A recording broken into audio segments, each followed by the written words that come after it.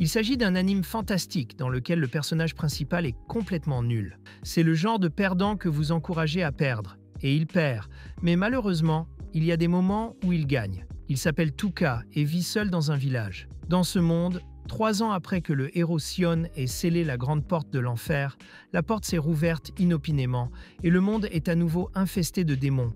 Mais rien de tout cela ne dérange Tuka. Sa seule préoccupation était d'avoir une femme avec qui sortir. « Je suis passé par là. Je sais que c'est dur, mais ça ne justifie pas qu'il mette des vêtements de femme à un légume et qu'il s'imagine que ce morceau de légume est sa petite amie. » Lors d'une de ces journées de folie, il finit par se faire réprimander par son amie d'enfance, appelée Yuna, qui lui demande d'élever Izu et d'arrêter de se comporter comme un attardé. En réponse, il commence à expliquer ses plans pour une éventuelle apocalypse zombie. Et au milieu de cette conversation folle, il dit que son principal objectif serait de protéger ces gros melons qui attirent l'attention. Yuna n'aime pas ça du tout et le frappe en plein dans les couilles. Elle dit qu'un perdant comme lui ne survivrait jamais à une apocalypse zombie.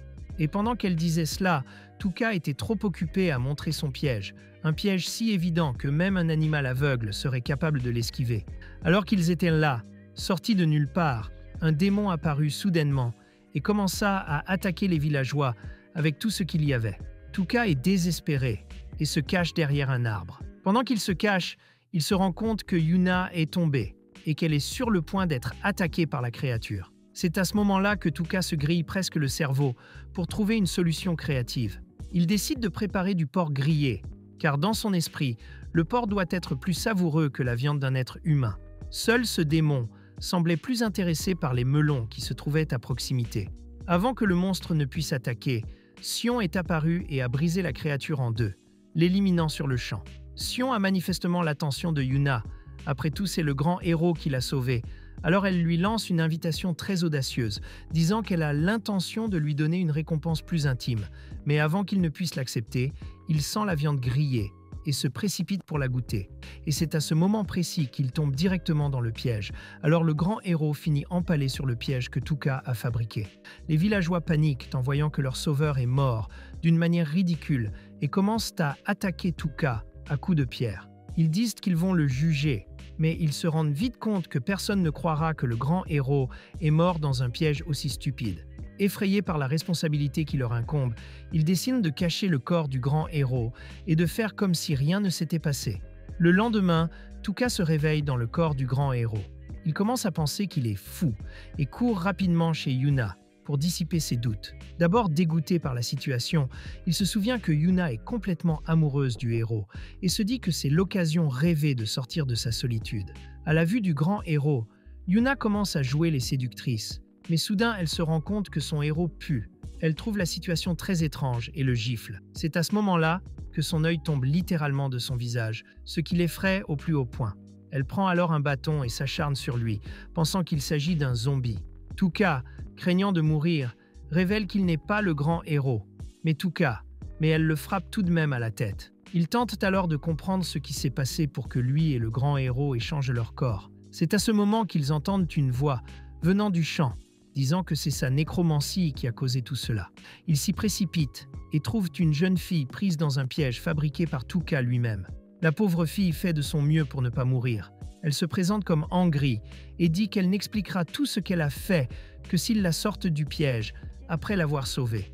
Elle dit qu'elle a promis à Sion de donner son corps à quelqu'un d'autre, quelqu'un qui pourrait sauver le monde à sa place. C'était une promesse qu'ils avaient faite au cas où Sion mourrait. Et elle a choisi Tuka parce qu'il était capable de vaincre Sion et de la capturer. Avant que Tuka ne puisse comprendre quoi que ce soit, Yuna accepta la mission, disant qu'elle l'accompagnerait dans ce voyage. Lorsqu'il tente de le nier, Angry le menace de se débarrasser de son vrai corps, affirmant que celui-ci est emprisonné dans un artefact magique appelé le cercueil des vivants et qu'il n'a d'autre choix que de se plier à son plan. Angry les emmène ensuite tous les deux dans la ville de Belum, où Sion avait l'habitude de se préparer pour ses aventures. Alors que Yuna et Tuka se disputent au sujet de l'irresponsabilité de Sion, un groupe de filles arrive et fond à la vue du grand héros, ce qui rend Tuka reconnaissant d'être dans le corps du grand héros. Peu après, ils se rendent tous dans un magasin d'armes, et Tuka finit par dépenser pratiquement tout l'argent qu'ils avaient pour essayer d'impressionner quelques filles. Cette stupidité les laisse sans le sou.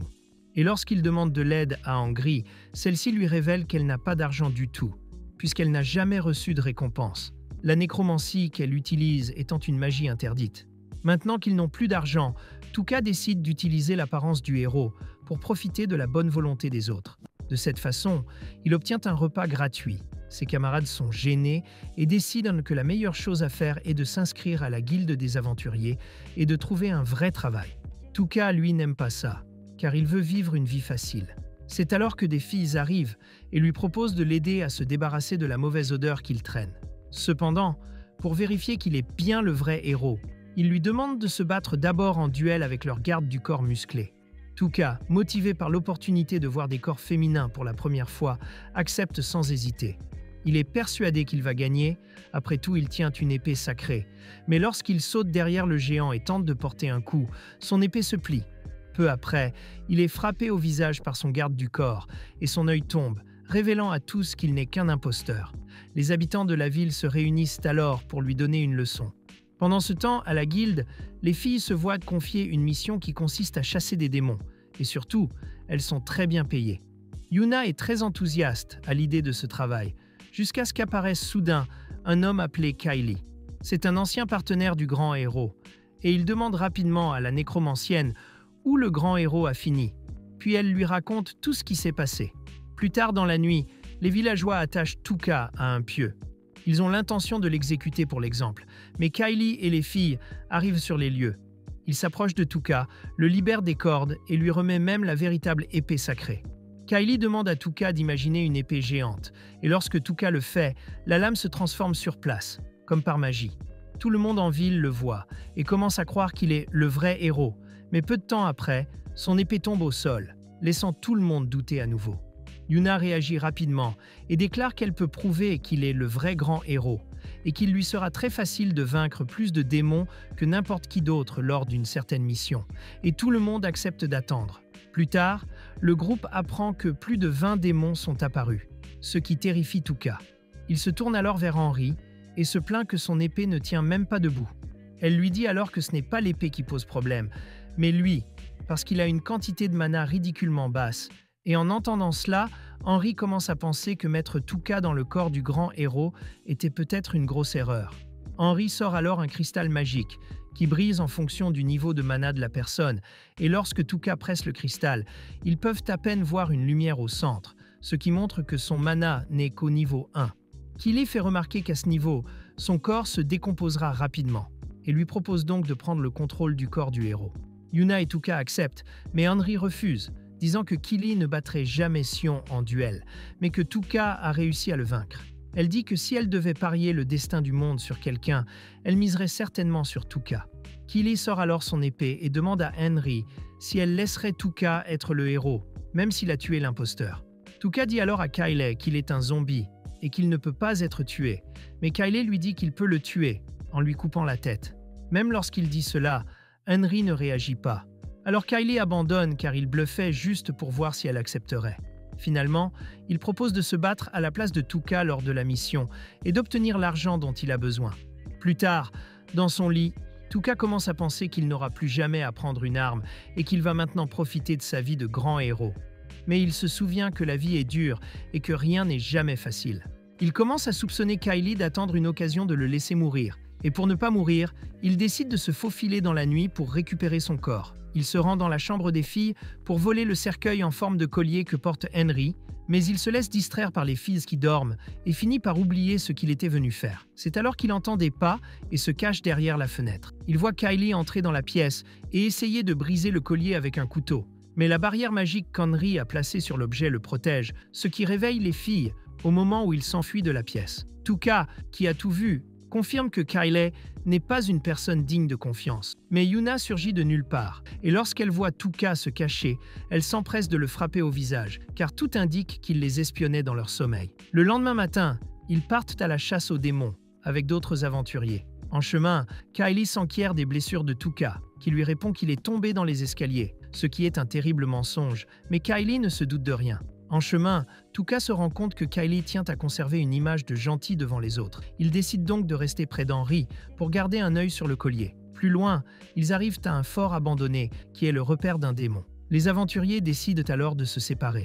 Mais Tuka ne veut pas, car il sera la première victime s'il fait cavalier seul. Mais Kyle dit alors que tout ira bien, car le grand héros a réussi à tuer 100 démons, à lui tout seul, lors de la grande bataille d'il y a 3 ans. Soudain, un démon terrifiant apparaît et jette l'homme à terre, ce qui laisse tout le monde sous le choc. Peu après, le monstre disparaît et réapparaît au milieu du groupe. Rapidement, la créature décapite l'un des aventuriers et se téléporte à nouveau, ce qui désespère tout le monde et les fait fuir, y compris Tuka. Le monstre se jette alors sur Tuka, le fait tomber au sol et lui transperce le cœur avant de sauter dans une rune magique dans le ciel. Au moment où le monstre revient au sol pour attaquer le reste du groupe, Kylie invoque une épée magique qui fend le démon en deux. Ensuite, Kylie récupère le cœur du monstre, qui est un cristal magique, et le donne à Yuna, en lui disant qu'elle peut l'utiliser pour lancer des sorts de protection pour le groupe. Une fois que tout est réglé, Tuka s'approche du groupe, tout en commentant qu'il était celui qui les avait protégés jusqu'à présent, et qu'il était donc celui qui méritait de garder le cristal. C'est alors qu'une légion de monstres surgit de la forêt. Leur objectif est très simple, éliminer le grand héros. Et c'est ainsi qu'il se rend compte de la quantité absurde d'ennemis, et Tuka court rapidement vers la forteresse. Tout le monde voyant le grand héros courir, finit par se lancer à sa poursuite. Lorsqu'ils pénètrent dans le repère, ils sont accueillis à l'entrée par une nouvelle vague de monstres. Et à la vue du nombre impressionnant de squelettes humains éparpillés sur le sol, Tuka panique, pensant que tout le monde est destiné à devenir de la nourriture pour les monstres. Cependant, Angry agit rapidement et utilise sa magie pour réanimer les squelettes, les transformant en une armée de zombies à ses côtés. Kyler n'y réfléchit pas à 2 fois et se précipite pour participer au combat, tandis que Yuna trouve le courage de se joindre à lui. Pendant ce temps, Tuka essaie toujours de trouver un moyen de s'échapper. Mais à ce moment-là, l'un des démons lui envoie de la gelée brûlante dans la main, qui finit par ronger toute la chair de sa main. Peu de temps après, le monstre s'élance sur Yuna, mais heureusement ou non, la bouillie ne dissout que ses vêtements, ce qui détourne complètement l'attention du démon pendant un moment. Bien qu'elle soit très gênée, Yuna profite de l'espace pour s'échapper et se cacher. Tuka la poursuit, mais lorsqu'il tente de s'approcher, elle le gifle. Yuna ne se calme que lorsqu'il lui offre une tenue de rechange, en l'occurrence un bikini. Soudain, ils entendent à nouveau un monstre approcher. Tuka dégaine son épée et la transforme en fouet. Dès que le démon entre, il emprisonne la créature avec le fouet, puis tente de durcir son épée pour immobiliser l'ennemi. Son plan fonctionne, et il demande à Yuna d'attaquer sans hésiter. Soudain, une chose étrange se produit. Le monstre révèle qu'il a une passion éternelle pour Mayas, ce qui affecte les émotions de Tuka, qui demande à Yuna de se calmer, ce qui a pour effet de la mettre encore plus en colère. Pour ne rien arranger, elle est pleine d'énergie grâce à la nouvelle magie qu'elle maîtrise. Elle s'élance donc dans les airs et donne un puissant coup de poing dans l'estomac du monstre. Le coup est si puissant qu'il projette la créature contre le mur et la laisse inconsciente. Ils n'ont même pas le temps de se réjouir, car Kylie apparaît soudain et assomme Yuna d'un coup en traître, juste pour avoir la chance d'éliminer l'imposteur. Tuka tente de réagir en saisissant son épée, mais Kylie, avec des réflexes surnaturels, brise son arme avant qu'il ne puisse faire quoi que ce soit. Il commence à raconter qu'il a failli devenir le grand héros, mais qu'il a tout perdu avec l'arrivée inattendue de Sion, et que depuis qu'Angry a rejoint le groupe, il a essayé d'utiliser ses pouvoirs de nécromancie pour éliminer le héros, mais qu'il a toujours échoué. Il est enfin sur le point de réaliser son rêve d'être célèbre et riche, et son seul obstacle est un petit bonhomme attardé. Sans perdre de temps, il lance un shuriken magique sur Tuka et le colle au mur. Tuka l'affronte alors verbalement, lui disant qu'il est pathétique de vouloir trahir sa propre humanité juste pour la vanité. Kylie est possédé. Il invoque une étoile magique et s'apprête à porter le coup de grâce, mais à ce moment, Yuna réapparaît avec tout, lui donnant un coup de pied dans la tête. Il vole contre le mur, et lorsqu'il se relève pour continuer son attaque, il est frappé par une glu violette dégoûtante qui dissout ses vêtements. En se retournant, il voit Angry avec un nouveau démon de compagnie. Elle explique que d'autres aventuriers sont venus l'aider et qu'elle est venue le plus vite possible pour voir si Tuka allait bien. Elle fait face à Kylie et le menace en lui disant que s'il ne veut pas mourir, il ferait mieux de faire demi-tour maintenant. Seule Kylie est obsédée et promet de lui arracher son cœur de cristal magique, ce à quoi Tuka répond en demandant à tout le monde de s'enfuir. Kylie les poursuit en lançant plusieurs étoiles magiques, mais il les rate toutes. Tuka a finalement une bonne idée et transforme son épée en mur pour protéger le groupe, cachant tout le monde derrière l'épée. Tuka interroge Angry sur son cœur de cristal et elle lui révèle que les nécromanciens sont des humains nés en enfer. Il y a 3 ans, certains d'entre eux ont réussi à venir dans le monde des vivants, mais ils ont été persécutés par les humains. Heureusement, elle a rencontré Sion, qui a été le seul à la traiter comme une vraie personne. Elle se met alors à la disposition de Tuka pour recevoir la punition qu'il jugera juste. Après tout, elle n'a pas été honnête avec le groupe. Mais au lieu de la juger, Tuka dit qu'il voit en elle un avenir prometteur. Il lui dit que lorsqu'elle sera un peu plus âgée, il la punira, car dans le futur, elle deviendra une grande femme. Et comme Kylie les traque toujours, il décide de lui tendre un piège pour l'attraper. Il se place dans un cul-de-sac pour attirer l'attention. Kylie se rend compte que quelque chose ne va pas, mais il s'engage quand même sur le pont et se rend vite compte qu'il est tombé dans un piège. Le démon de compagnie en profite pour lancer de la bouillie chaude d'en haut. Kylie parvient à esquiver juste à temps, puis il se retourne et lance un shuriken sur le monstre. Angry, qui a abusé de sa magie de contrôle des monstres, finit par s'évanouir. Tolka, voyant la situation critique, jette son épée en signe de reddition et supplie Kylie d'épargner Angry et de le laisser partir.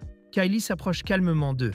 Il ramasse l'épée du grand héros, mais se rend compte qu'il ne s'agit que d'une réplique. À ce moment-là, Tolka révèle son plan et récupère la véritable épée, qui était déguisée en faux pont. L'homme tombe alors directement dans les eaux profondes, ce qui entraîne sa mort. Le groupe retourne ensuite en ville et parvient à rembourser une partie de ses dettes grâce à l'argent de la récompense. Avec l'argent, Angry décide d'acheter une nouvelle paire de chaussettes pour faire plaisir à son maître. Et pour éviter tout problème dans la ville, Tolka et son groupe décident de se rendre à la capitale afin de financer leur aventure directement auprès du roi. En chemin, ils se retrouvent impliqués dans plusieurs nouvelles aventures, tout cela pour réunir l'argent nécessaire au remboursement de leurs dettes. Mais entre-temps, Tolka commence à perdre des parties de son corps, car il est incapable de se régénérer en raison d'une pénurie de mana. 10 jours après le début de son voyage, il se transforme en squelette ambulant. Et, comme il a toujours des idées bizarres, il décide d'utiliser sa nouvelle apparence pour s'assurer une place privilégiée lorsque sa partenaire prend un bain. Yuna voit ce squelette et manque de l'enterrer sur place, mais Angry arrive juste à temps et lui explique qu'il s'agit de son maître, mais Yuna ne le reconnaît pas du tout comme tel. Par la suite, au cours d'une conversation, Tolka se rend compte que s'il se rend à la capitale avec cette apparence de squelette, il ne fera que semer le chaos. Il propose donc à Angry de s'emparer du corps du grand héros et de restaurer sa chair grâce au mana absurde dont elle dispose. Après cela, elle pourrait le ramener dans le corps du grand héros, et ils pourraient alors continuer leur voyage. Mais Angry rejette l'idée. Elle dit qu'un tel changement de corps pourrait faire de Tolka un pervers encore pire qu'il ne l'est déjà. Elle commence alors à parler à Yuna de nouveaux moyens de gagner de l'argent. Et c'est alors que Tolka trouve une autre de ses idées absurdes qui, aussi incroyable que cela puisse paraître, finit par marcher. Il moule le visage sur l'épée, peint les traits avec des pigments naturels et en fait un masque. Il réussit à entrer dans le palais royal sans attirer l'attention. À l'intérieur, il demande au roi de financer ses futures aventures. Le roi rit, pensant qu'il s'agit d'une blague, car Sion a toujours travaillé sans rien recevoir du roi. Même après avoir sauvé le monde, Sion n'a jamais accepté une seule pièce d'or.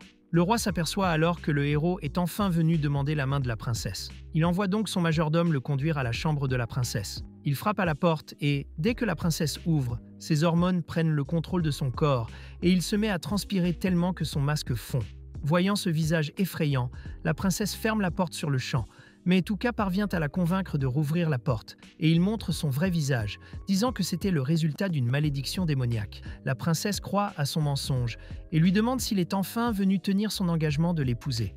La réponse étant négative, elle se souvient de la promesse de Sion qu'il ne la reverrait que s'il était prêt à se marier, puis elle lui demande de partir. Tuka pense alors aux dettes qu'il a accumulées en utilisant le corps du grand héros, et il accepte la demande en mariage, car il pense qu'ainsi, le roi paiera d'une manière ou d'une autre pour tout ce qu'il fait. Après avoir dit cela, la princesse l'invite à un bal masqué, qui aura lieu dans 2 jours dans la capitale. Tuka, tout en pensant à ses dettes, est également excité par le fait qu'il a la chance de sortir avec quelqu'un de vrai, et non un morceau de légumes. Alors il accepte évidemment, et elle offre même de l'aider avec son déguisement en peignant un masque spécial pour lui. Pendant ce temps, en ville, Angra porte un casque de chevalier pour cacher son identité de nécromancienne. Elle est accompagnée de Yuna, mais soudain quelqu'un la heurte et son casque tombe. Un homme aux cheveux verts le ramasse et le lui tend. Il lui dit qu'une chasse aux démons est sur le point d'avoir lieu et que tout le monde doit se dépêcher. Ensuite, dans un orphelinat, il se présente comme étant Leland, qui est médecin et directeur de l'orphelinat. Leland conseille à Airi d'être prudente, car elle semble être une nécromancienne, et si les gens la prennent, elle pourrait devenir la cible d'une chasse. Lorsqu'elle lui demande pourquoi il les aide, il répond qu'il aime faire le bien par lui-même, car il est fier d'être quelqu'un de bien. Angra sent qu'elle peut faire confiance à cet homme, et elle est sur le point de révéler toute sa mission. Mais Yuna l'interrompt, disant que leur but est d'augmenter le mana. Leland leur montre un médicament appelé Soma Drops, qui sert à augmenter temporairement le mana. La valeur de ce boost de mana est de 100 000 pièces, et comme les deux n'ont pas d'argent, il dit qu'il aimerait étudier le corps d'Angra en échange. Yuna propose de prendre sa place, mais il explique que ce n'est pas son corps qui l'intéresse, mais le cristal magique qui remplace le cœur d'Angra. Dans ce cas, il veut étudier pour des raisons médicales. De retour au palais, le nouveau masque de Tuka est prêt, et dès qu'il le reçoit, la princesse se prépare à dévorer un gigantesque festin, car ce n'est qu'ainsi qu'elle récupérera le mana qu'elle a dépensé pour fabriquer le masque. Cependant, même un repas équivalent à 10 personnes ne suffit pas, et elle s'effondre d'épuisement. Tuka se précipite dans sa chambre et l'allonge sur le lit. À ce moment-là, Isaac, le garde de la princesse, apparaît et gronde le héros, lui rappelant que la princesse souffre d'une maladie qui l'empêche de conserver le mana dans son corps pendant longtemps. Peu après, un serviteur arrive, apportant de la nourriture et un remède pour reconstituer le mana, ce qui permet à la princesse de retrouver rapidement son énergie. Pendant ce temps, dans la forêt, les filles atteignent une zone infestée de démons, où doit se dérouler la fameuse chasse. Elles ont l'intention de trouver l'argent nécessaire pour payer le médicament, mais avant qu'elles ne puissent faire quoi que ce soit, l'un des 4 chevaliers les plus puissants du royaume, Azirwella, apparaît et tranche un démon géant, comme s'il s'agissait d'un morceau de beurre. Peu après, 2 aventuriers apparaissent et proposent d'emmener Henry et Yuna dans un lieu de chasse secret, où ils n'auront pas à se mesurer à des chevaliers d'élite. Les aventuriers emmènent les filles au sommet d'une falaise, où elles peuvent voir un groupe de démons. Un garçon lui dit qu'elle a assez de force pour les vaincre toute seule, et en utilisant ce cristal, elle lance un éclair qui touche tous les monstres. Et quand les aventuriers s'approchent pour récupérer les cœurs des démons, ils finissent par révéler que tout cela n'était qu'un piège pour les capturer. Et au même moment, un mystérieux homme connu sous le nom d'homme squelette émerge des ombres de la forêt. Après la chasse, les démons décident de retourner au château et rapportent au roi que la forêt a été complètement nettoyée des démons. Elle rapporte également avoir détecté un sort extrêmement puissant provenant d'une zone éloignée, et en enquêtant, elle a trouvé des traces de chair brûlée et de sang de créatures démoniaques. Le plus étrange, c'est qu'il n'y avait pas de corps, ce qui pousse le roi à envisager d'annuler les festivités.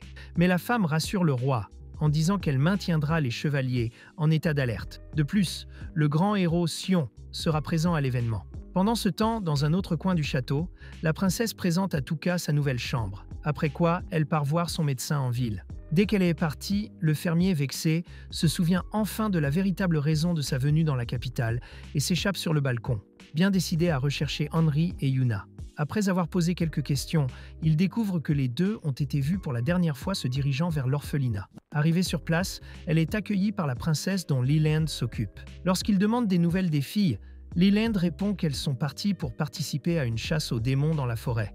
Elles seront bientôt de retour, et Tuka, soulagé, raccompagne la princesse au palais après sa consultation. Ensuite, Leland descend au sous-sol, met son masque de squelette et se rend dans la cellule de Yuna, où elle est enchaînée. Il lui révèle son plan, qui consiste à transformer tous les gens en squelettes et à donner les parties inutiles, comme la peau et les muscles, aux démons. Il est complètement cinglé et pense que ce n'est qu'ainsi que les humains pourront vivre en paix avec ces créatures. Il prévoit même de rejeter toute la responsabilité sur Henry, lui faisant subir le jugement du peuple révolté. Yuna peut utiliser sa magie de renforcement pour briser ses chaînes, mais elle décide d'attendre le bon moment, car le démon en face d'elle est très fort, et c'est lorsqu'il sera distrait ou absent qu'elle pourra enfin se libérer. 2 jours passent, et la princesse se présente enfin au bal masqué, après avoir fait attendre Tuka pendant des heures. Mais Isaki continue d'insister sur le fait que le grand héros n'est pas digne de confiance, ce qui lui vaut d'être giflé par la princesse pour n'avoir pas fait confiance à son prétendant. En partant, Isaki avoue qu'il sait que l'homme à côté de la princesse n'est pas le vrai héros, mais un imposteur. Il promet de faire payer l'imposteur pour avoir trompé la princesse. Isaki se souvient de l'affection qu'il a toujours eue pour la princesse, comme si elle était sa propre fille.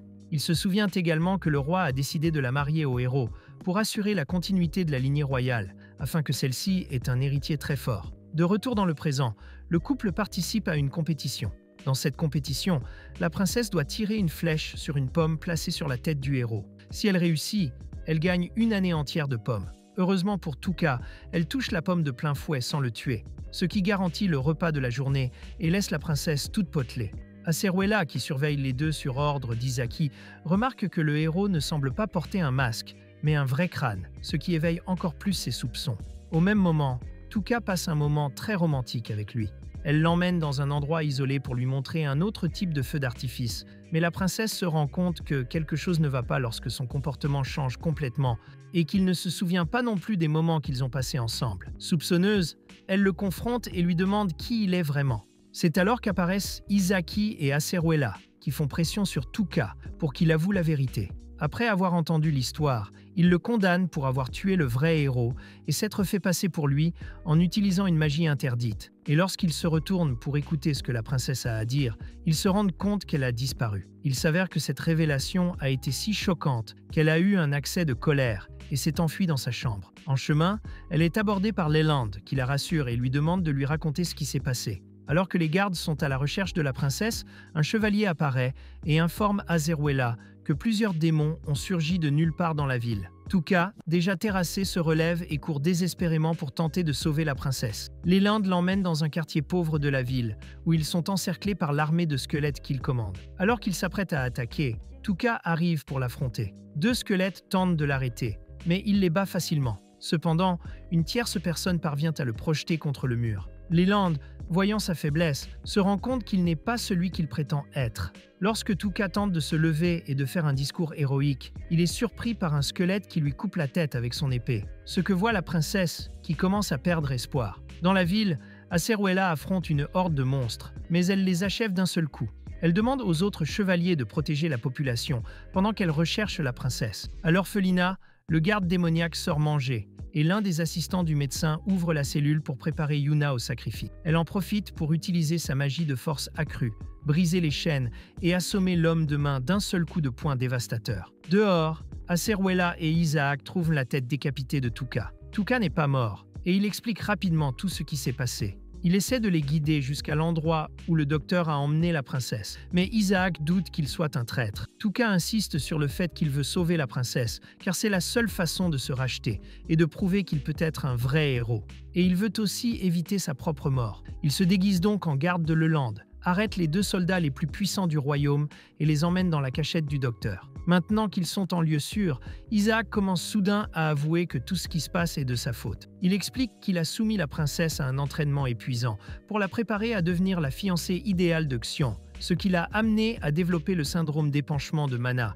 qui l'oblige à manger beaucoup pour reconstituer son mana. Tuka agit alors comme le vrai méchant qu'il est. Au lieu de soutenir le garde et de dire que ce n'est pas sa faute, il dit en fait qu'Isaac est un vrai méchant, qui a complètement détruit la vie de la princesse, ce qui fait qu'Isaac se sent encore plus coupable. Juste à ce moment-là, un mur à côté d'eux est détruit, et Yuna apparaît en train de frapper un démon. Lorsqu'ils se rencontrent, Tuka met Yuna au courant de tout ce qui s'est passé. Heureusement, ils ont réussi à arrêter un méchant, et ils décident tous de lui offrir une chance de survie. S'il leur dit où se trouve la princesse, il sera épargné, et l'ennemi piégé finit par tout révéler. Il décide de sauver d'abord Henri, puis la princesse. Il la trouve bientôt attachée à une chaise dans une pièce secrète du sous-sol. Mais avant de la libérer, Tuka et Yuna organisent un concours de pierre-papier-ciseaux pour décider qui la détachera, car elle est complètement mouillée à force de pleurer. Pendant ce temps, caché dans un coin sombre de la ville, le docteur se prépare à commencer son rituel. Il dit à la princesse qu'il déteste le jugement et la discrimination, car au fond, sous la peau, tout le monde n'est qu'un squelette. Il révèle qu'il a été inspiré par un héros légendaire pour tenter de sauver tout le monde et créer un monde sans guerre, et que sa conclusion est beaucoup plus simple que celle du grand héros. Il décide d'arracher les muscles et la peau de tout le monde, les laissant vivants comme des squelettes. Peu après, il avoue qu'il est amoureux de la princesse et que cet étrange rituel sert également de cérémonie de mariage. Isaac et Siruela se cachent derrière des piliers à l'entrée de la pièce, suivant de loin cette affaire dégoûtante. Le garde du corps est prêt à intervenir après avoir entendu toutes ces bêtises, mais Siruela lui rappelle qu'il faut aussi donner une chance à Tuka pour voir s'il est vraiment le grand héros. Tuka et son groupe observent tout d'en haut, attendant le bon moment pour agir. Henri lui demande de distraire le docteur pour qu'elle puisse prendre le contrôle de ses squelettes. Puis, au moment où le docteur s'apprête à attaquer la princesse, Tuka descend avec Henri et Yuna sur le dos et tente de frapper l'étranger au visage. Il réussit à donner un coup de poing, mais ne fait que se casser le bras, son coup n'ayant eu aucun effet.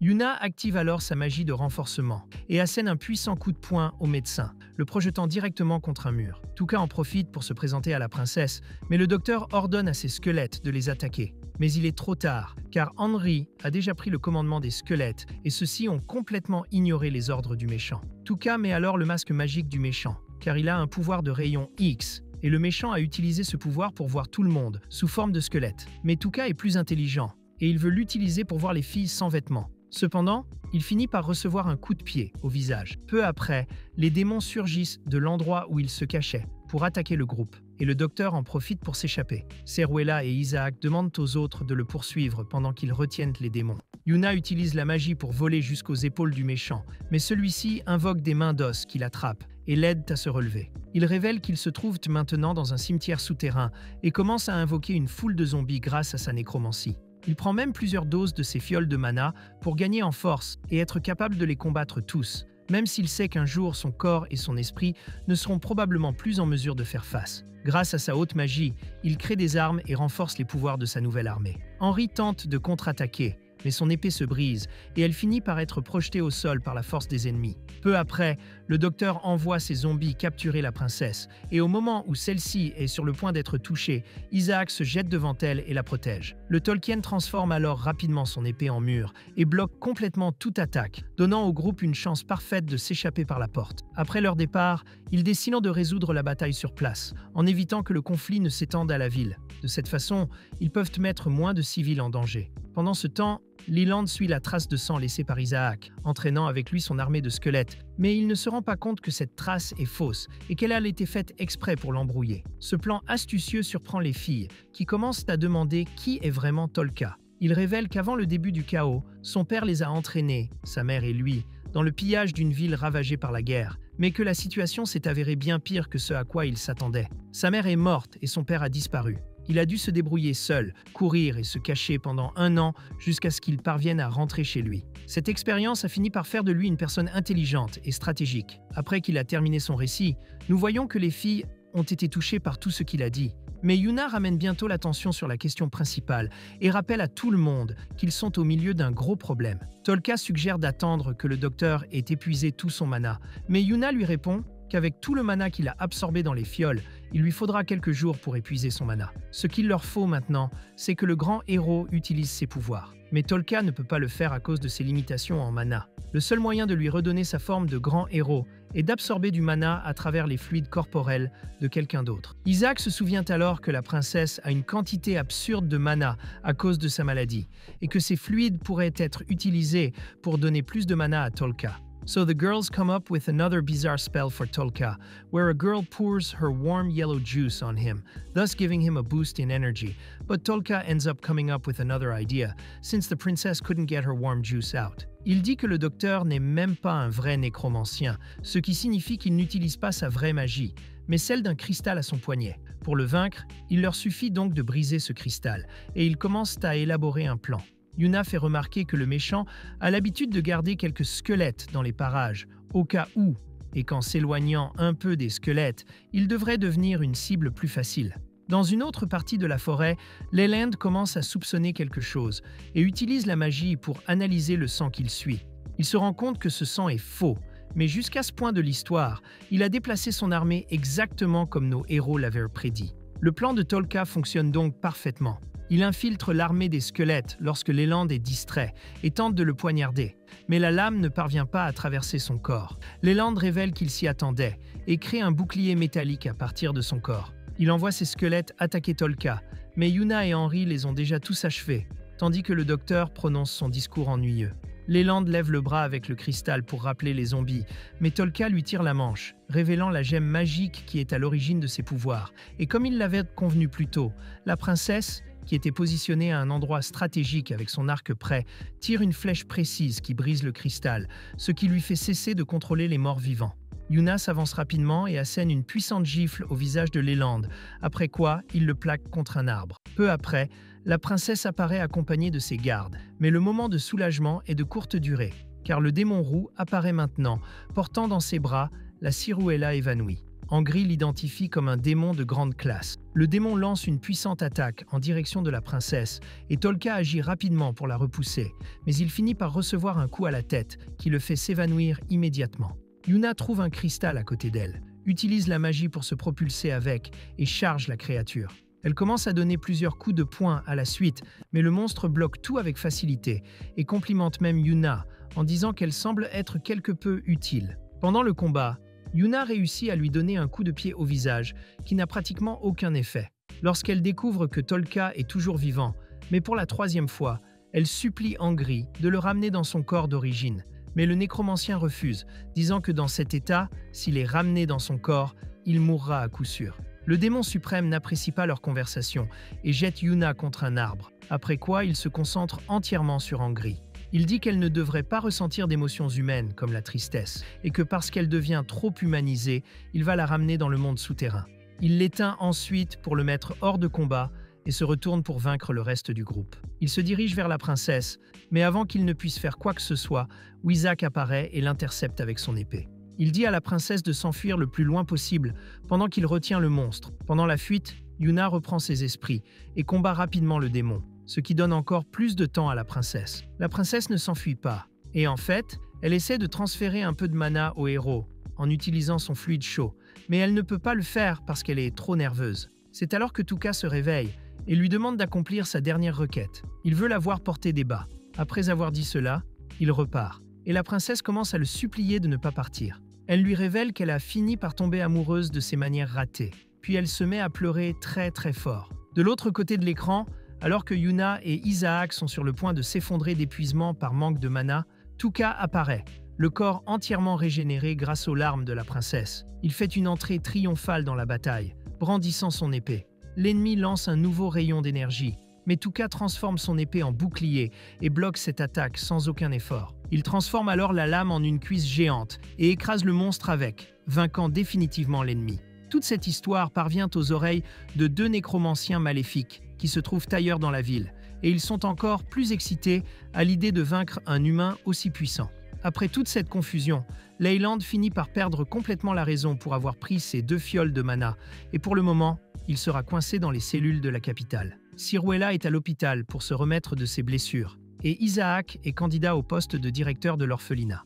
Les pleurs de la princesse lui ont permis de libérer des années de sentiments refoulés, ce qui a guéri le défaut de mana dans son corps. Elle donne donc ses gouttes de mana supplémentaires à Tuka, qui peut enfin se promener en tant que nouveau héros. Ils partent donc en voyage pour sceller à nouveau les portes de l'enfer. Le roi offre à leur groupe un carrosse magique, et comme il a besoin de mana pour se déplacer, Anne, qui a le niveau de mana le plus élevé, devient le chauffeur et la batterie de l'équipe. Au moment de partir, Isaac remet au héros une lettre de la princesse. Dans cette lettre, la princesse les remercie tous les trois et révèle qu'elle a laissé un cadeau à l'intérieur du carrosse. Ce cadeau, c'est la princesse elle-même, cachée dans une boîte, qui a l'intention de rejoindre l'équipe pour former Tuka en tant que véritable héros. Cependant, notre trio de personnages principaux n'ouvre même pas la boîte les premiers jours, et lorsqu'ils le font, ils trouvent la princesse presque morte de faim. 15 jours après le début de la mission, le groupe part camper près du lac Mira. Et la princesse en profite pour apprendre à Tuka à se battre à l'épée. Il lui demande si la capitale se portera bien sans elle, et elle lui assure qu'Isaac est tout à fait compétent et qu'il peut s'occuper de tout lui-même. Elle lui dit qu'elle le formera pour qu'il soit habile, et qu'il ne compte pas sur eux seuls pour gagner une bataille. Juste à ce moment-là, Anne apparaît avec un petit oiseau dans la main, et alors qu'ils s'apprêtent à le tuer pour préparer le dîner, la princesse leur dit qu'il s'agit d'un oiseau porteur qui apporte une lettre de Ciruela. Dans son message, elle explique que lorsque le démon au visage rouge a été vaincu dans la forêt, l'un des mages du royaume a remarqué une forme astrale se dirigeant vers le nord-est, ce qui indique que le démon était manipulé par quelqu'un à distance, probablement un véritable nécromancien. Ciruela confie au groupe une mission d'enquête et de résolution de ce nouveau problème, mais Tuka lui répond de s'en occuper lui-même, car il a désormais des responsabilités plus importantes en tant que véritable héros. Plus loin, ils décident de faire une pause dans la première ville venue. Les filles vont évidemment prendre une douche après un long moment sans en prendre. Elles puent comme de vraies moufettes, et tout en parlant, elles disent qu'elles n'ont pas eu de chance de tomber amoureuses d'un fermier idiot. D'accord, les filles, vous n'êtes pas tombées amoureuses de lui. C'est l'auteur de l'anime qui a écrit cette atrocité. Au cours de la conversation, Yuna se souvient que Tuka ne s'est jamais soucié d'elle, et en sortant de la douche, elle tombe sur Tuka lui-même. Comme d'habitude, ils finissent par se disputer, ce qui amène Yuna à sortir du logement pour se rafraîchir. Elle finit par sortir sans ses vêtements, et soudain, elle est attaquée par des zombies. En essayant de se défendre, elle finit par être mordue par l'un d'entre eux. Lorsque d'autres morts-vivants apparaissent, elle se rend compte qu'elle est totalement désavantagée et se cache dans un coin. La morsure sur son cou commence à brûler, et Tuka vient la voir. À ce moment-là, elle s'effondre sur le sol en souffrant, et Tuka voit que plusieurs zombies arrivent et érigent un mur pour les protéger tous les deux. À ce moment-là, elle commence à se transformer en zombie et demande à Tuka d'enlever le mur. Lorsqu'il obéit, elle va du côté des zombies et le supplie de s'enfuir et de la laisser derrière lui.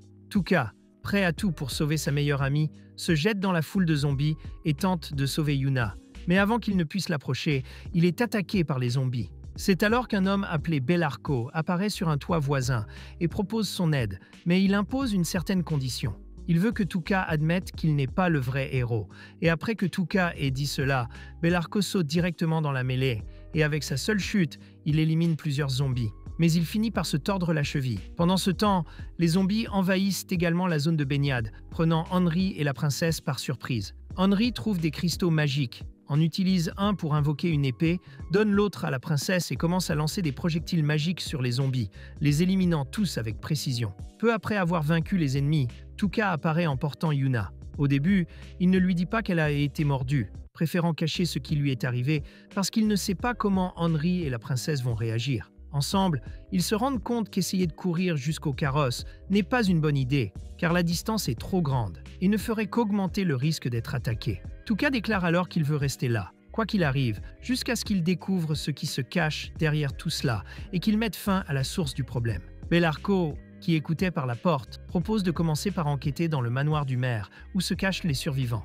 Dès que Tuka franchit les murs du manoir, les survivants reprennent espoir. Parmi eux se trouvent les anciens alliés de Leland, Colin et Negan, qui veulent régler leur compte avec le héros à cause des événements passés. Ils se rendent vite compte que Yuna a été mordue et demandent à l'examiner. Tuka tente de les en empêcher, mais cela les rend encore plus méfiants. Finalement, ils décident qu'elle doit être éliminée car elle représente une menace pour le groupe. Avec le soutien du public, les aventuriers se lancent à la poursuite de Yuna. Et au moment où Colin s'apprête à attaquer avec son épée, Tuka libère une énorme puissance et les assomme tous les deux d'un seul coup de poing. Tout le monde commence à se plaindre, mais Tuka dégaine son épée et fait comprendre qu'il protégera ceux qu'il aime, quel qu'en soit le prix. C'est à ce moment précis que Yuna se réveille et se retrouve complètement hors de contrôle. Elle se jette sur Tuka, le faisant tomber à terre, et il tente de la ramener à la normale, mais en vain. Henry utilise sa magie et parvient à contrôler Yuna, calmant complètement la situation. Elle réussit également à convaincre les gars que Yuna n'a qu'un rhume. Plus tard,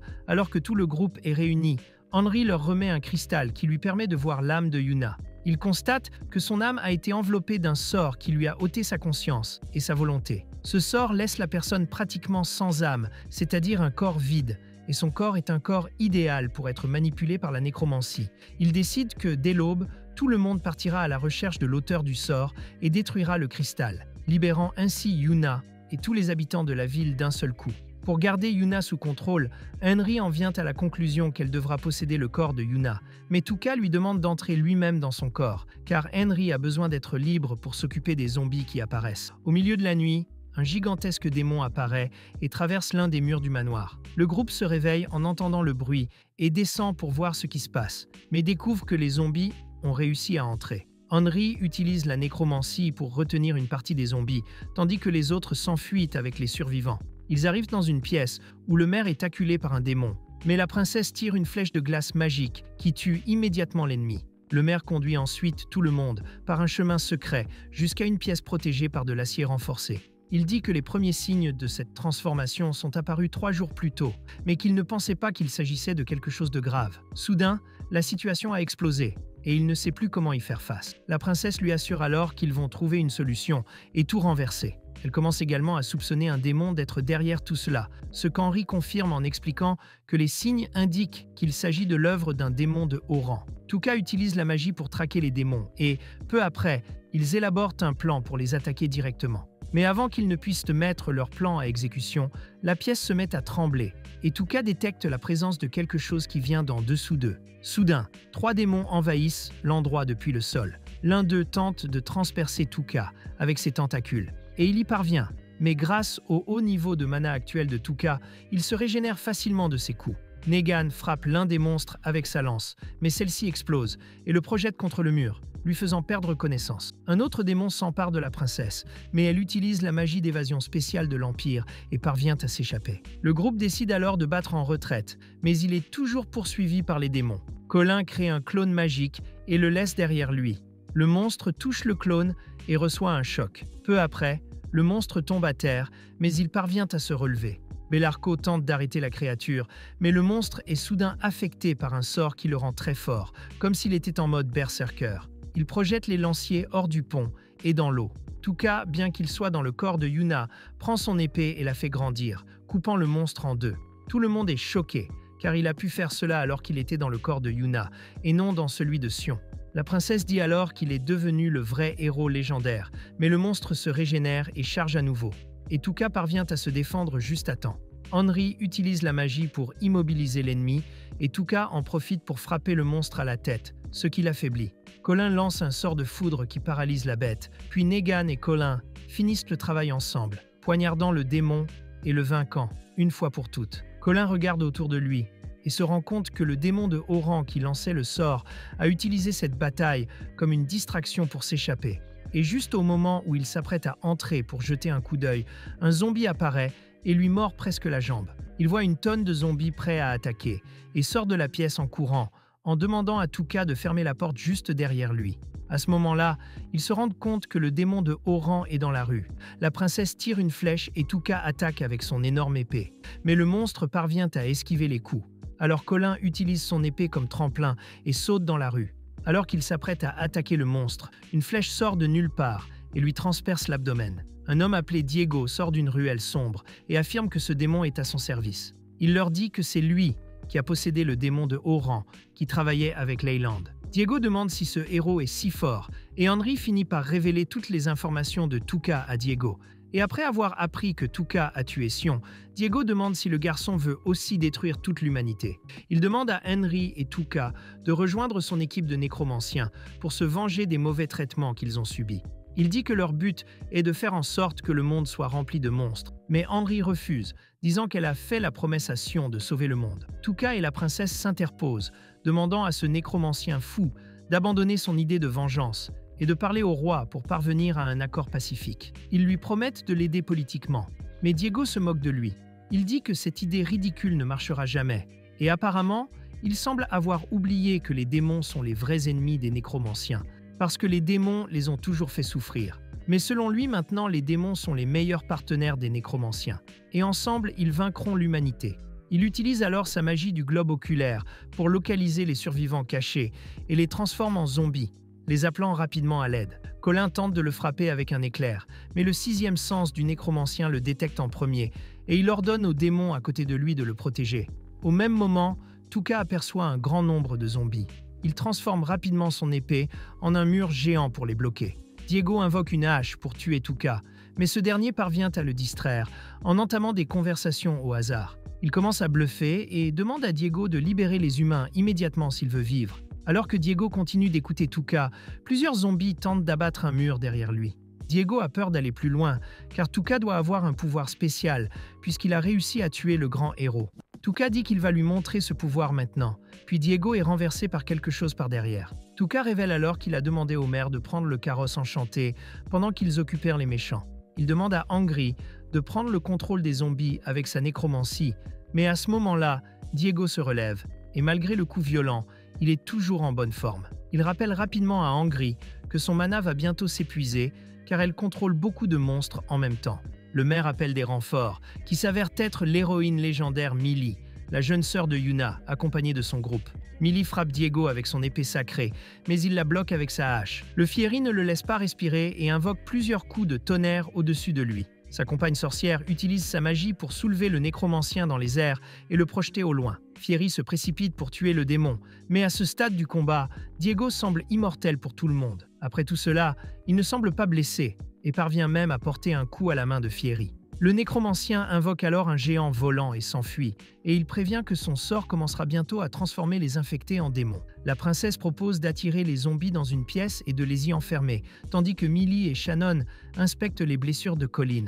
Mais le sort est trop puissant pour qu'elle puisse l'inverser, et la transformation de Colin en démon est désormais inévitable. Il donne alors tous ses cristaux et outils magiques à Tolka, et lui demande de promettre de tuer tous les démons à sa place. Le lendemain matin, Tolka et son équipe envoient un maire à la capitale pour lui rapporter tout ce qui s'est passé, et ils promettent de régler cette situation avant que quiconque ne soit transformé. Colin reste pour protéger la ville, et Tolka se souvient du message de Ciruella leur demandant de se rendre sur sa terre natale, Yuna, car il s'y passait quelque chose dont il ne se souvient même pas. Alors que le groupe de chasseurs de démons voyage en calèche, ils décident de donner un spectacle. Nous découvrons alors que Fier était l'un des 4 chevaliers, mais qu'il a été exilé de la capitale il y a 4 ans à cause de son obsession pour les poitrines féminines, ce qui est assez étrange. Ils découvrent également que Doroth faisait partie du groupe de Sion et qu'elle a été un peu surprise par le comportement actuel du grand héros. Lorsqu'ils demandent s'il s'est passé quelque chose, Tolka lui-même parvient à les convaincre en disant que le grand héros ne parlera pas tant que les portes de l'enfer ne seront pas scellées. Et tout le monde croit ce que Tolka a dit. Comme je l'ai déjà dit, Yuna est la sœur de Millie, et elle lui demande pourquoi elle se comporte comme Tolka. Tolka, dans le corps de Yuna, dit que c'est parce qu'elles sont devenues trop proches. Et Millie commence à s'en plaindre, disant qu'elle et Tolka vont se marier, parce que c'est une promesse qu'elles ont faite quand elles étaient plus jeunes. La princesse se lève rapidement et demande à Tolka si c'est vrai, et Tolka répond qu'ils ont fait cette promesse quand ils étaient petits. En fait, Millie l'a défié lors d'un combat, et il a fini par perdre parce qu'il ne pensait pas pouvoir perdre contre une fille.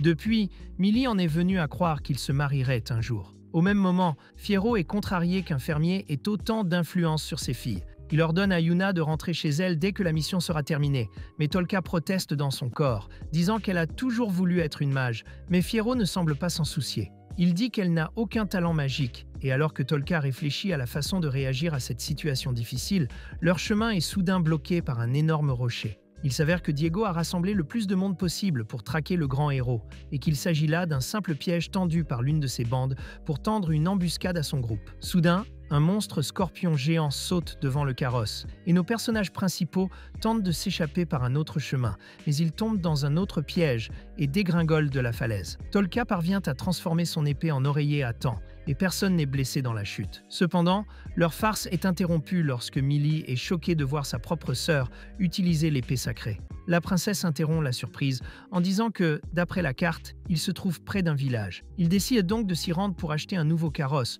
ou réparer celui qu'ils ont. Alors qu'elles commencent à marcher, la visibilité diminue soudainement à cause d'un épais brouillard. Millie dissipe le brouillard à l'aide de son épée et poursuit son chemin avec assurance. Elle ne remarque pas un autre piège devant elle et manque de se faire empaler par un pieu en bois qui lui tombe dessus. Le brouillard recouvre à nouveau tout, jusqu'à ce que Millie sente soudain la présence d'un démon. Elle se précipite pour avertir le groupe et tous essaient de trouver un moyen de voir à travers le brouillard. Ils se préparent à protéger le corps du héros, et pendant ce temps, chacun d'entre eux est surveillé par un nécromancien qui se trouve à proximité. Elle utilise son brouillard magique pour camoufler le monstre qui s'approche furtivement et attaque la princesse, lui transperçant le torse. Tolka regarde autour de lui et se rend compte que tous ses compagnons ont subi le même sort. C'est alors qu'un drap blanc est jeté sur lui et que les démons, accompagnés de leur chef, descendent pour l'affronter. Tolka, effrayé par la mort, promet de renoncer à son épée sacrée en échange de sa vie, et pour prouver qu'il est sincère, il jette son épée aux pieds de la nécromancienne. Mais celle-ci a menti, en disant qu'elle lui sauverait la vie, et demande rapidement à un démon de le tuer rapidement. C'est alors que Tolka révèle qu'Angri avait déjà pris le contrôle du démon qui tuait tout le monde. Angri a contrôlé le démon, en faisant croire qu'il tuait tout le monde. La mise en scène était parfaite, et la méchante a fini par sortir de sa cachette, se mettant elle-même en danger. Tolka commence à se moquer de la méchante, disant qu'elle a été vaincue. C'est à ce moment-là qu'il réalise qu'il s'agit de son ancien maître, appelé Ethel. Tolka ne peut pas cacher son excitation et révèle accidentellement qu'il est Tolka dans le corps de Yuna. Cela oblige Angri et la princesse à informer tous les membres du groupe de ce qui est arrivé à Yuna, et Tolka décide de raconter à tout le monde comment il a rencontré Ethel. À l'époque où il a perdu ses parents, alors qu'il tentait de rentrer chez lui, il a fini par tomber dans l'un des pièges ingénieux fabriqués par son maître. Elle le retrouva quelques jours plus tard, le ramena chez elle et s'occupa de lui jusqu'à ce qu'il soit complètement rétabli. Dès qu'il fut suffisamment rétabli, il supplia Ethel de le ramener chez lui, et pendant le voyage, il lui demanda de lui apprendre à créer des pièges aussi incroyables que les siens. Mais elle refusa, expliquant qu'elle était une hors-la-loi dont la tête était mise à prix et qu'il risquait sa vie en l'accompagnant. Malgré cela, il insiste pour la suivre, jusqu'à ce qu'elle finisse par céder. De retour dans le présent, il demande à Ethel pourquoi elle est du côté des monstres, et elle lui répond qu'elle a assisté à la réouverture de la porte de l'enfer, ce qui a totalement changé sa façon de voir le monde. Elle leur propose de visiter l'endroit pour comprendre ce qu'elle veut dire, puis elle commence à s'éloigner, emportant l'épée sacrée avec elle. Tolkien intervient, lui demandant de rejoindre son groupe, et lorsqu'elle refuse, il révèle qu'il a mis une aiguille dans la véritable épée, de sorte que l'épée qu'elle tient est une fausse. Surprise! Ethel jette la fausse épée et reconnaît les capacités de son élève. Elle accepte sa défaite et décide de les aider. Elle informe le groupe de l'existence d'un atelier d'artisanat proche où le chariot endommagé peut être réparé. Cependant, pour la punir de sa perte et de tous les dommages qu'elle a causés à leur vie, Tolkien exige qu'elle lui montre ses melons. Comme elle ne l'accepte pas, il lui demande de revêtir une tenue plutôt exotique pendant quelques secondes. Pendant ce temps, sur le chemin de la capitale, le maire rencontre des démons qui sont facilement éliminés par Belarco. Il guide ensuite les lanciers vers une grotte. Il révèle un bateau qu'il compte utiliser pour se rendre à l'auberge de la capitale. Au même moment, nos héros, accompagnés d'Ethel et de ses petits démons, arrivent à la maison d'un artisan à la retraite. L'artisan leur demande poliment de partir et de le laisser tranquille. Ethel, ignorant leur demande, commence à crocheter la serrure pour voler un autre chariot magique. Dès que la porte s'ouvre, ils sont surpris par le vieil artisan, qui les accueille une lance à la main. Mais ce maudit vieillard finit par se laisser distraire par les melons de Yuna. Il les serre très fort, tout en les appelant Sion.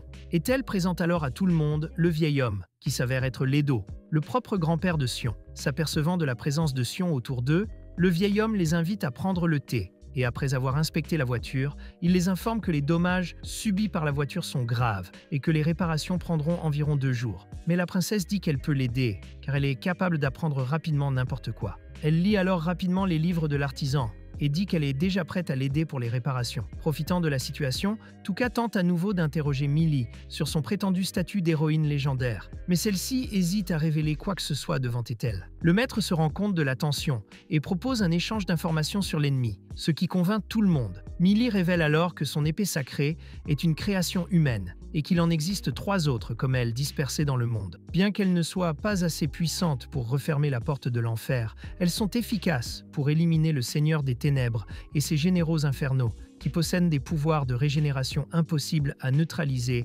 avec des armes ordinaires. Pour remplir sa part du marché, Ethel révèle que les nécromanciens maléfiques sont en possession des corps des généraux démons et qu'ils ont rassemblé plus d'1 millier de démons, tous prêts à attaquer les humains dans quelques jours. Elle recommande au groupe d'éviter la ville d'Elvania, disant qu'il serait préférable pour eux d'aller directement à la porte de l'enfer. Mais Tuka répond que même s'il ne se soucie pas de l'humanité, il y a quelqu'un qu'il est déterminé à protéger, et qu'il mettra donc un point d'honneur à éliminer tous les démons qu'il rencontrera. Amiri et Tuka se retrouvent seuls au bord d'un lac. Amiri demande à Tuka si la personne qu'il veut sauver est sa sœur, et il répond par l'affirmative, car il ne peut pas la laisser mourir. Il demande alors à Amiri comment elle a obtenu son épée, et elle répond qu'elle l'a gagnée lors d'un tournoi. Elle le provoque alors en duel, comme au bon vieux temps, pariant une fois de plus sur leur futur mariage. Tuka tente de refuser, mais Amiri se met à lui lancer des projectiles magiques, le forçant à fuir, et comme elle ne cesse de l'attaquer, il décide de contre-attaquer.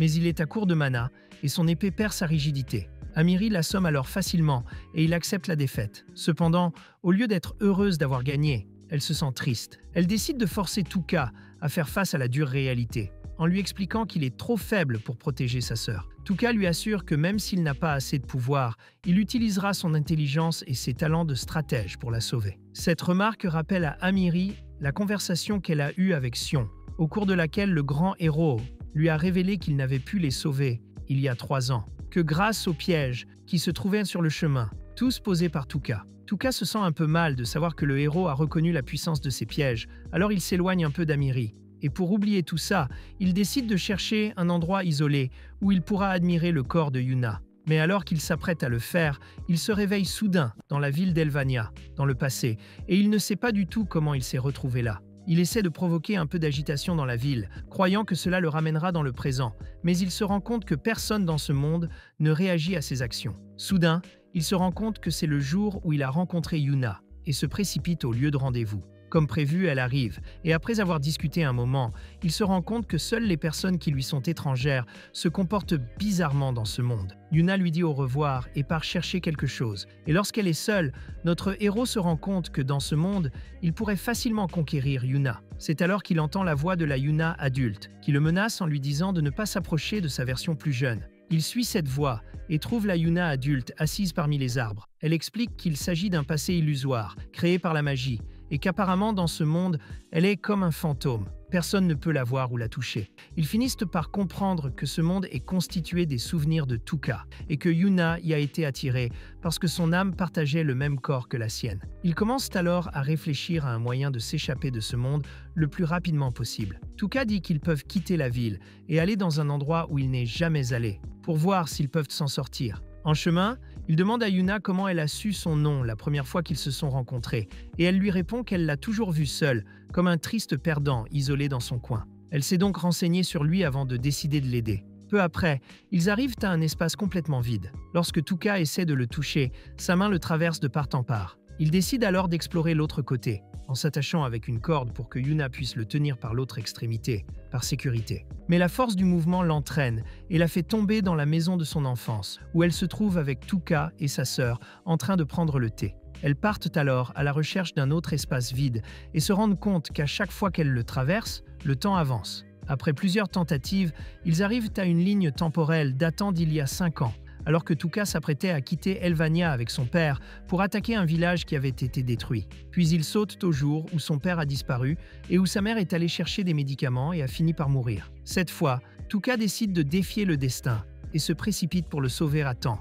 malgré les protestations de Yuna. Il entre dans la ville et trouve sa mère allongée sur le sol. Il s'approche d'elle et elle lui remet une lettre de Yuna, s'excusant de ne pas avoir pu le protéger. Elle meurt peu après dans ses bras. Le lendemain, toujours en mission pour trouver une issue, ils traversent un champ de bataille toujours en cours et se retrouvent devant la porte de l'enfer. Là, ils voient la structure s'ouvrir et des créatures en sortir, les obligeant à se cacher. Alors que Tuka s'apprête à se diriger vers la porte blanche, Yuna entame une conversation avec lui, disant que même si son âme n'est pas présente dans son corps, elle peut toujours voir et entendre tout ce qui l'entoure. Elle dit qu'elle a entendu la dernière conversation entre Tuka et sa sœur, et que maintenant elle se sent mal parce que Tuka veut vraiment la sauver. Elle s'excuse ensuite de ne pas avoir reconnu sa valeur auparavant, ce qui amène Tuka à ouvrir son cœur. Il lui raconte qu'il y a des années, alors qu'il était isolé dans cet endroit et qu'il avait presque perdu espoir, c'est sa lettre qui lui a donné la force de continuer. Il lui dit que même s'il l'a sauvée une fois, c'est elle qui l'a sauvé depuis le jour où ils se sont rencontrés. Ce moment de sérieux entre les deux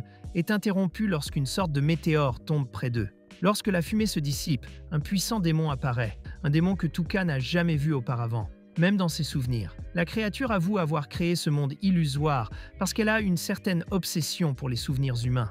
Il a pour habitude d'envahir les mémoires pour dévorer ses victimes lorsqu'elles en ont assez de revivre le passé. Face au danger, Tuka saisit la main de Yuna et se met à courir aussi vite qu'il le peut. Le démon lui dit que le seul moyen de s'échapper est de le vaincre. Et pour ce faire, Tuka accélère dans le temps jusqu'à atteindre le point le plus fort de sa mémoire, sautant de mémoire en mémoire. En chemin, il rencontre Sian et Kylie, à qui il demande de les aider à combattre le monstre. Mais comme ils ne sont que des fragments du passé, ils sont facilement vaincus. Atteignant son apogée mental, l'ennemi révèle qu'il se nourrit d'âme et qu'il ne peut le faire qu'à travers des souvenirs. Il explique également que son vrai corps est vulnérable dans le monde réel et que ce n'est qu'en le vainquant que l'on peut mettre fin à l'illusion. Cependant, la ville étant attaquée, personne ne pourra le sauver à temps. Tuka tente d'utiliser son épée, en lui donnant différentes formes, mais le monstre esquive facilement, puisqu'il est le créateur de l'espace dans lequel il se trouve. Tuka profite alors du fait que Yuna est invisible pour le démon. Elle se positionne juste derrière lui, aidant Tuka à frapper le démon. Le plus drôle, c'est que le démon peut lire dans l'esprit de Tuka. Pendant toute la bataille, Tuka a éteint son cerveau et n'a pensé qu'à des cuisses. Pas des cuisses de poulet, mais des cuisses de femme. Et en pensant aux cuisses, il transforme son épée en une gigantesque cuisse de femme et écrase complètement son ennemi. Le sort est rapidement annulé et Tuka se réveille dans le corps de Yuna dans le monde réel, avec son ennemi juste à côté de lui. Après ce qui s'est passé, il peut voir l'esprit de Yuna tout près. Mais avant qu'il ne puisse dire quoi que ce soit, ses alliés se précipitent. Ils racontent qu'ils ont été attaqués par des monstres, mais qu'ils ont réussi à s'en débarrasser et que leur carrosse est prêt à partir. Au même moment, plusieurs guerriers d'élite envoyés par l'escrimeur royal parviennent enfin à retrouver Diego et ils prennent rapidement l'endroit d'assaut. De l'autre côté de l'écran, nous voyons Tuka forcé par Yuna de retourner dans le corps de Sion et alors qu'il parle à son esprit, les filles commencent à penser qu'il a perdu la raison. Il fait alors comprendre à tout le monde qu'il parle au fantôme de Yuna, qui n'est visible que pour lui. Henry utilise sa magie pour analyser la situation et conclut que la longue cohabitation dans le même corps crée un lien spirituel entre eux. Il décide de cacher le corps de Yuna dans un coffre de la calèche, afin que Fier ne découvre pas que sa fille est devenue un zombie. L'idée était de dire qu'elle était retournée seule au village, mais malheureusement, Fier a fini par écouter tous leurs plans. Une autre chose très intéressante se produit en même temps. Le maire de la ville où tout le monde est devenu zombie est arrivé à la capitale. Il y avoue que son plan initial était de s'enrichir en utilisant la ville. Cependant, lorsqu'il a vu que les gens commençaient à l'aimer et à le respecter, il s'est mis à se soucier de tout le monde. Il promet de faire tout ce qu'il peut pour les sauver. Mais tout ce qu'il peut faire, c'est demander de l'aide, déjà dans le repère du méchant. Soudain, les nécromanciens ennemis sont surpris par des mages et des guerriers d'élite qui surgissent du plafond et les encerclent. Le commandant Levem coupe la tête de Diego, mais celui-ci, utilisant le pouvoir d'un des généraux démoniaques, commence à régénérer son propre corps. Une guerrière lui entaille la main, mais il la repousse d'un coup de poing et se remet également de cette blessure. Un autre membre de l'équipe de guerriers tente d'attaquer Friedrich, mais le méchant ouvre une sorte de trou noir qui aspire l'ennemi. Il invoque alors sa véritable épée et domine complètement la bataille. Non loin de là, 3 guerriers tentent d'affronter Diego, mais celui-ci convoque un général infernal pour les éliminer. Au même moment, sur le trône, le roi, l'archimage et Ciruela assistent à la défaite de leurs soldats. Le roi décide alors qu'il doit se rendre à Elvan. Mais avant qu'il ne puisse agir, le maire et Bellarco apparaissent enfin. Il lui raconte tout ce qui s'est passé dans la ville de Mouran et lui demande des renforts d'urgence. Le roi hésite et prétend que rassembler une troupe prendra du temps, mais le maire se met à genoux et supplie pour la vie de son peuple. Ciruela propose alors de prendre la tête des chevaliers et demande même l'aide de Kyle, ce que le roi lui accorde. Dans le même temps, Fier pardonne à tout le monde de lui avoir caché que sa fille était devenue un zombie. Et le forgeron met au point un transmetteur magique pour maintenir la communication à distance. Tout le monde part, et Ethel, qui n'avait pas l'intention de se joindre à eux, finit par les suivre juste pour dire au revoir à Tolka. Cependant, Tolka l'attache et la force à les aider. Les forces du roi se mettent également en route pour Elvan,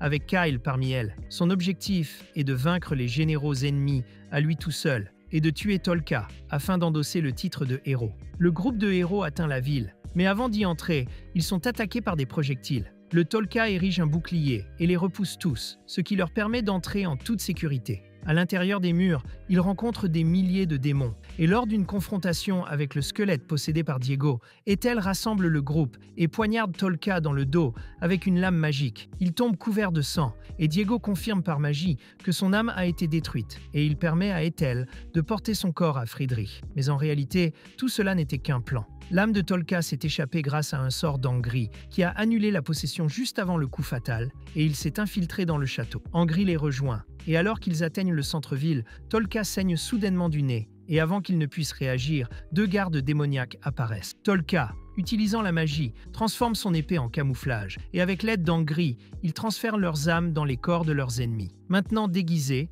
ils se dirigent vers la porte principale, où ils trouvent des gens attaqués, et comme ils ne peuvent pas révéler qui ils sont, Tolka enroule un tissu rouge autour de son visage pour le faire ressembler à un démon de haut rang. Et ça marche. Il entre dans le lieu et parvient à détourner l'attention des démons pendant un moment. Et pendant un bref instant, il parvient à parler aux filles, révélant qu'il est un humain. Mais il leur demande de ne pas se réjouir, car il ne peut pas encore les sauver. Peu après, il retourne auprès d'Angry et d'Yuna. Soudain, 2 démons de niveau inférieur apparaissent. Ils disent que la race des démons n'avait jamais torturé d'humains avant l'apparition de Diego. Ils disent que leur reine, Adèle, leur a appris à respecter les autres êtres, et les 2 démons les supplient de libérer leur reine de l'influence de Diego. Les 2 démons les guident jusqu'à la salle du trône, et lorsque tout le monde entre, ils se rendent compte que la reine est précisément le démon qui a transformé les gens en zombies. Tolka se présente comme un démon voyageur et dit qu'il est prêt à l'aider à vaincre Diego et à créer un monde plus juste. Mais la femme démon hésite, effrayée à l'idée de voir la moitié de son peuple disparaître. Tolka parvient néanmoins à la convaincre et lui dit qu'ensemble,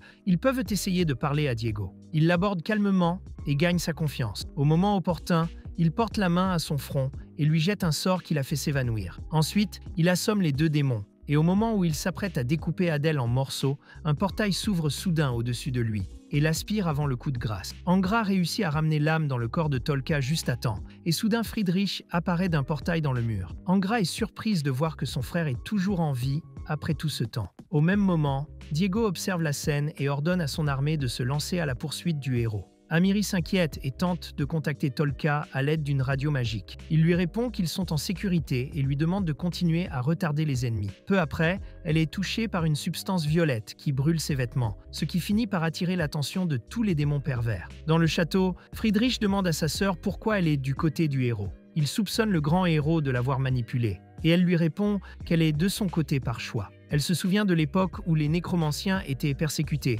et demande à son frère de ne pas s'engager dans une voie obscure. Friedrich affirme qu'il n'a jamais voulu faire de mal à des innocents. Son plan est de détruire les élites et de mettre les nécromanciens au pouvoir, créant ainsi un monde plus sûr pour sa race. Les innocents qui meurent au cours de son voyage ne sont qu'un sacrifice nécessaire, et il pense que le bien commun est au-dessus de tout cela. Il lui dit alors que Tolka est celui-là même qui a tué le héros qu'elle admire tant, et que pourtant, elle le soutient. Amiri répond que la mort du héros était un accident, et que Tolka a fait tout ce qu'il pouvait pour l'aider à tenir sa promesse. À ce moment-là, Diego traverse le mur avec son général et tente de convaincre Friedrich de tuer sa sœur. Il envoie son animal de compagnie aspirer l'énergie magique d'Adèle pour maintenir les zombies en l'état. Tout le monde doit maintenant empêcher Diego et son général démoniaque de zombifier les gens, et c'est au groupe du héros de s'en charger. De l'autre côté, le reste de l'équipe attire les démons dans les pièges tendus par Tolka. Tolka, avec les filles, tente d'échapper au général, et lorsqu'ils sont acculés par Diego, Tolka demande à récupérer son épée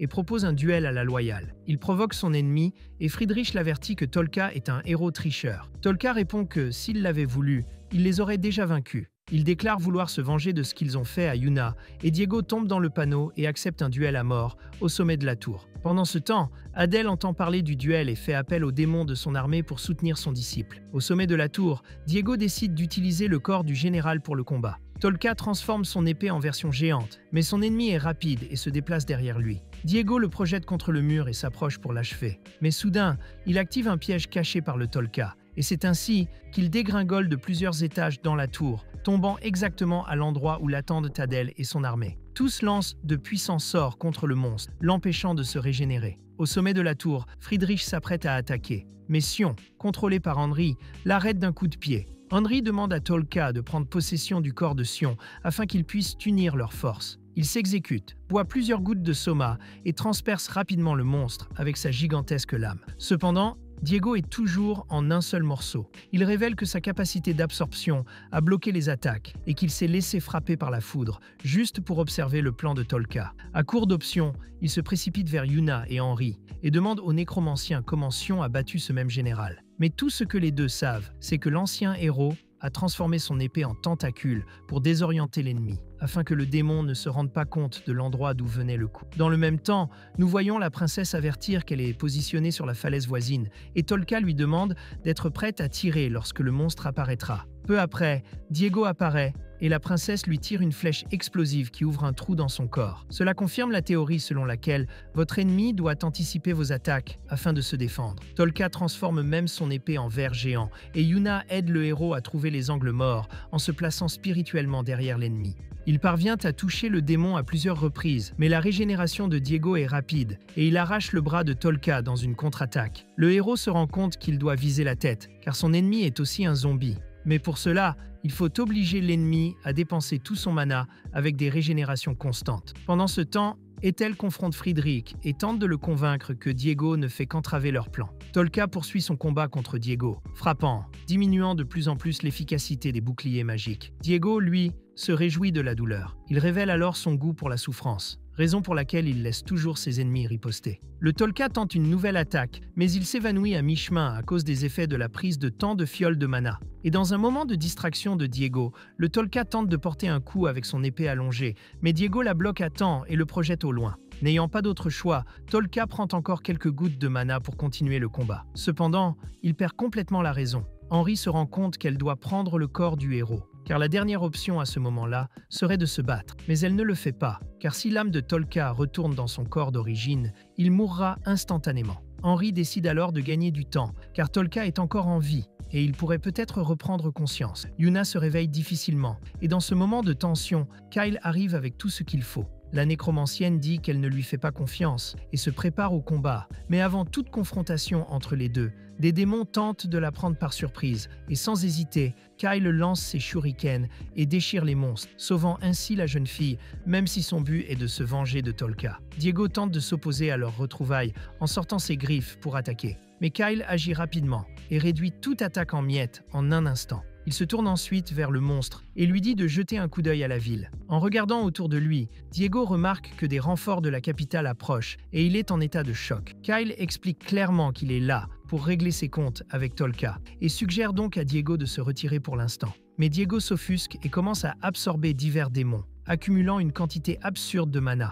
Il tire alors une puissante décharge sur Kyle, qui parvient à se défendre, mais se retrouve pratiquement nu dans l'opération. Pendant ce temps, Yuna est désespérée, et tout ce qu'elle veut, c'est que Tolka se réveille. Dans le même temps, nous voyons que l'âme de Tolka a été emmenée dans le monde de l'épée sacrée, où Sion s'approche de lui. Sion s'incline et le remercie pour tout ce qu'il a fait. Il lui révèle qu'il le surveille depuis le début, mais Tolka, méfiant, pense qu'on l'a piégé pour le faire mourir et s'enfuit pour tenter de se sauver. Sion le poursuit et tous deux se retrouvent devant le miroir du désir, un miroir différent pour chaque personne. Il lui montre un monde idéal dans lequel l'ancien utilisateur d'épée pourrait vivre. Tolka a très envie d'entrer dans ce nouveau monde, mais Sion l'avertit qu'il s'agit d'un chemin sans retour. S'il traverse ce monde, il ne pourra plus jamais sauver Yuna. Sion révèle que Tolka n'est entré dans ce monde que par accident et qu'il a encore le temps de retourner dans son monde réel et de sauver sa bien-aimée. Il explique également que pendant la bataille dans la capitale, le mana de Tolka a tellement augmenté que l'épée l'a reconnu comme un nouveau héros légendaire et que l'épée légendaire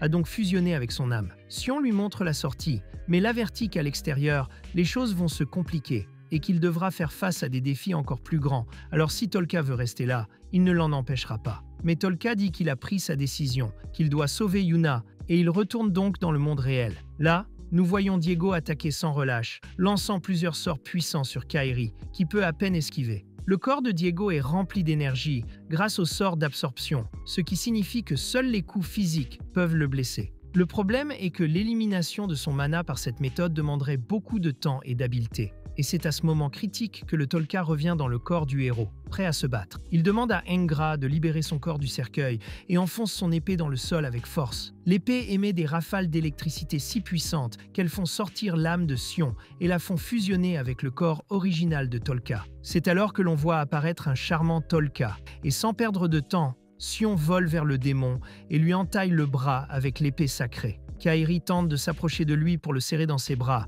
mais Sion s'éloigne et l'avertit qu'il a vu toutes ses actions pendant tout ce temps. Diego se prépare à lancer une nouvelle attaque, mais Sion l'intercepte et l'éventre rapidement, détruisant également le cristal magique sur son front. Sans le cristal, Diego perd temporairement l'accès au sort d'absorption, ce qui ouvre une fenêtre d'opportunité à Tolka pour achever le monstre avant qu'il ne se régénère. Tolka raccourcit son épée, concentre son mana sur un seul point, augmentant ainsi la puissance de perforation de la lame. Il s'élance alors droit sur Diego et le découpe en plusieurs morceaux. Le monstre tente même de se régénérer, mais Kali apparaît et le frappe avec ses shurikens. Il ne reste plus qu'une minute avant que toutes les personnes qui ont été transformées en zombies ne deviennent des démons pour de bon.